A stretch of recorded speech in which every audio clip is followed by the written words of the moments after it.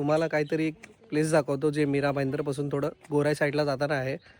तर व्हिडिओमध्ये तुम्हाला मी पुढे गेल्यानंतर सांगतो. आता सध्या तर आम्ही त्या टॉप हिल वेवला चाललो आहे, जिथून तुम्हाला प्रत्येक गोष्ट दिसून जाईल. तुम्ही बघून घ्या. पहिलं तर इथून वरती जायला लागेल भावांनो. बघू शकता तुम्ही, लाईव्ह ट्रेकिंग. सापाची भीती आहे फक्त, बाकी काय नाही.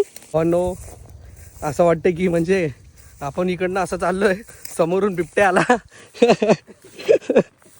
तर बोलेल की रिस्का गाणं सुनोगे. तो व्ह्यू दिसायसाठी आहे ना, विचार चालू आहे की आपला आयफोन ह्याला बांधायचा आणि मग जे समोरचा व्ह्यू आहे ना तो दाखवायचा.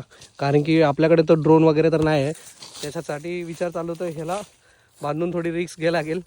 फोन गेला तर खाली फुकटचा, भीती तर वाटते. बघू आता पुढे. चालेल पण नाद. फोन गेला तरी चालेल काय, पण नाद राहिला पाहिजे.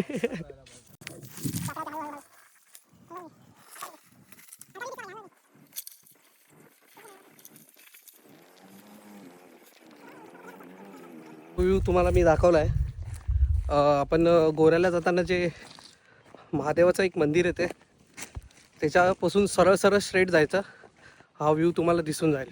तर राजाभाई, माझं म्हणणं असं आहे की म्हणजे जे आता आपल्याला एवढं चांगलं नॅचरल एकदम बघायला भेटतं आहे, काही वर्षानंतर मीरा भाईंदरवाल्यांना बघायला हे भेटेल का? वातावरण पण भेटू शकत नाहीत परत.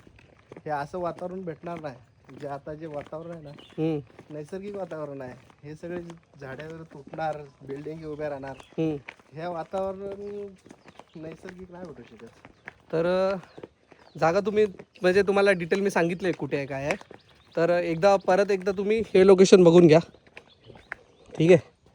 आणि हे आता एवढं दिसतं तुम्हाला, काही टायमानंतर हे दिसणार पण नाही. तर जर तुम्हाला हा व्हिडिओ जर आवडला असेल तर लाईक करा आणि कमेंट करा आणि सबस्क्राईब करा.